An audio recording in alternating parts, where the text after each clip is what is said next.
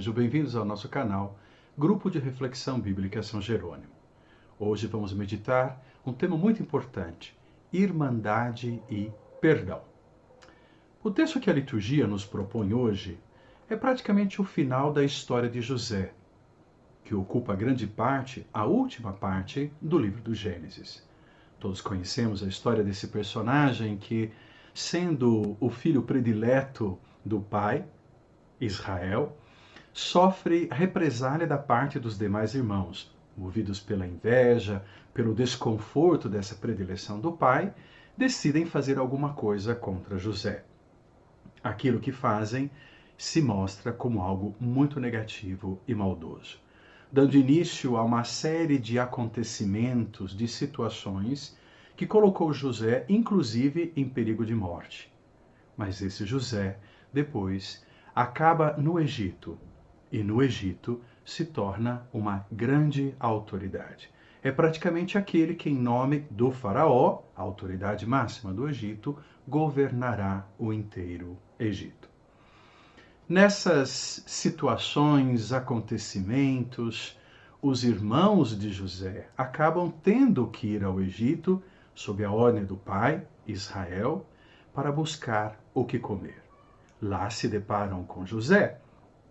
José, que, num primeiro momento, não se revela diretamente aos seus irmãos. Os coloca um pouco à prova, mas depois se revela totalmente como irmão. Aquele que eles tinham tentado matar, eliminar, afastar dos olhos do pai, lá no início dessa história. Quando José se revela positivamente. Acolhe os irmãos e depois Israel e toda a família descem para viver no Egito. Nós estamos agora no fim.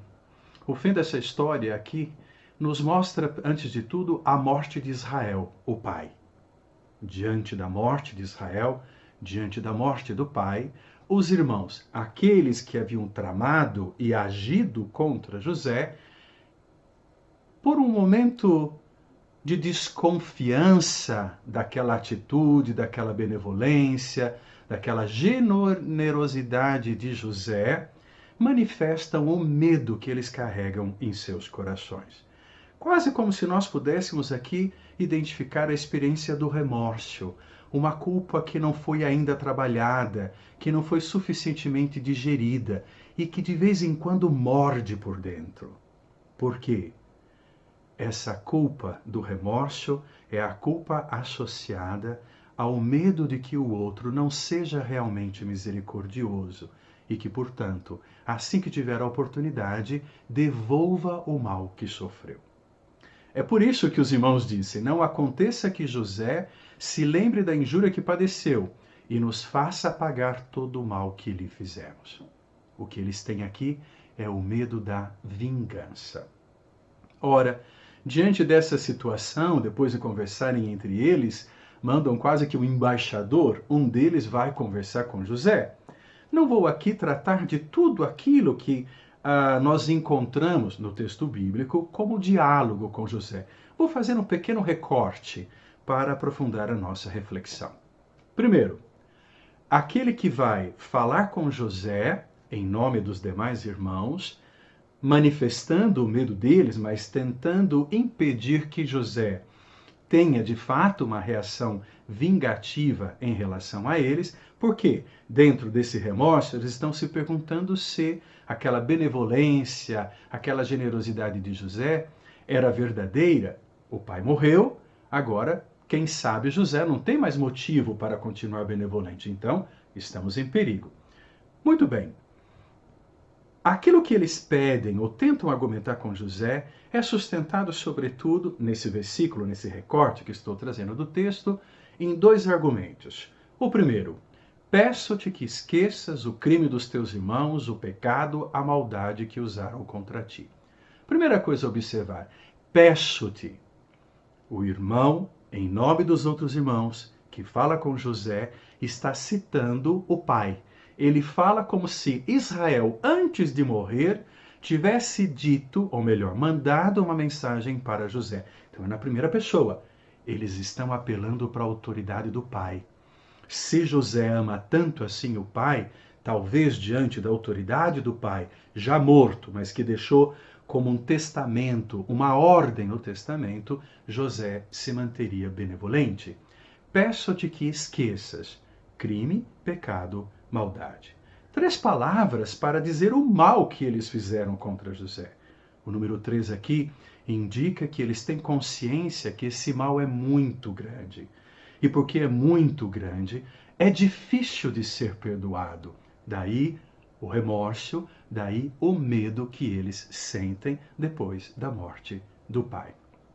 Não bastando argumentar utilizando uma fala como se fosse uma ordem deixada pelo pai a José, eles apelam para Deus.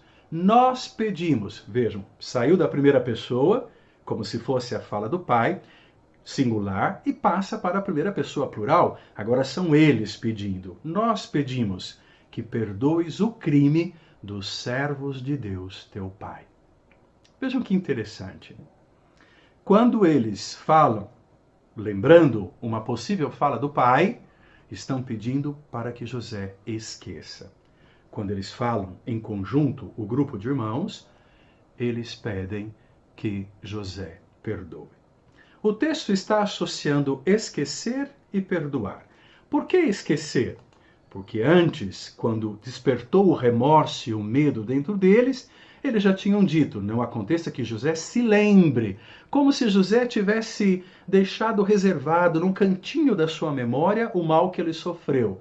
Agora que o pai morreu, não tem mais motivo para deixar escondido lá no cantinho da sua memória.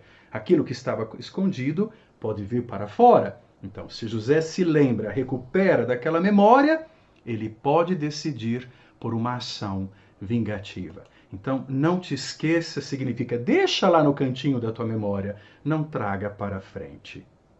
Perdoar. A palavra-chave aqui é perdoar. Por quê? O que essa história está nos ensinando na realidade? Lá no capítulo 4, nós vimos Caim que mata Abel. É uma tragédia, é um drama. Irmão que mata irmão. Qual a solução? Qual a resposta diante da possibilidade de que um irmão possa matar um irmão? Lá no capítulo 4, nós não temos uma resposta prática, a não ser Deus que proíbe que matem Caim. Ou seja, não se repita o mesmo crime que Caim cometeu, para poder fazer justiça a Abel, que foi assassinado. Mas não tem ainda uma resposta mais profunda. A história de José com os seus irmãos é a resposta à história de Caim e Abel. A arma, não que mata, mas que impede e supera o mal. A arma que reconstrói as relações não é de fato uma arma, mas é uma atitude difícil que se chama perdão. Com isso, o livro do Gênesis quer nos ensinar que só é possível caminhar como irmãos para frente, juntos, sobretudo quando surgem dificuldades, quando se há disponibilidade ao perdão. Mas qual perdão? Não aquele perdão como um disfarce da vingança que nós esperamos o melhor momento para realizá-la, mas um perdão realmente profundo, que em vez de atrasar o mal que a gente pode fazer para o outro, nos coloca na posição de fazer o bem pela vida do outro. Isso é o ensinamento mais profundo desse texto e da história de José. A segunda coisa que quero destacar, quando eles pedem perdão pelo crime dos servos de Deus, teu Pai. O que quer dizer isso?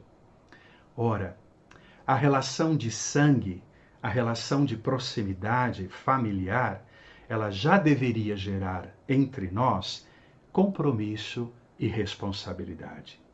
Essa proximidade já deveria ser o motivo para tentarmos ir além do mal que às vezes podemos nos fazer uns aos outros. Mas Deus tem uma força ainda maior sobre a condição de sangue, porque em Deus a irmandade vai além para a questão de sangue. Nesse sentido, o meu irmão diante de Deus não é só aquele que tem o mesmo sangue que eu, a mesma genética que eu, dos mesmos pais. O meu irmão é o companheiro de caminhada, é o companheiro de comunidade, é o companheiro de povo.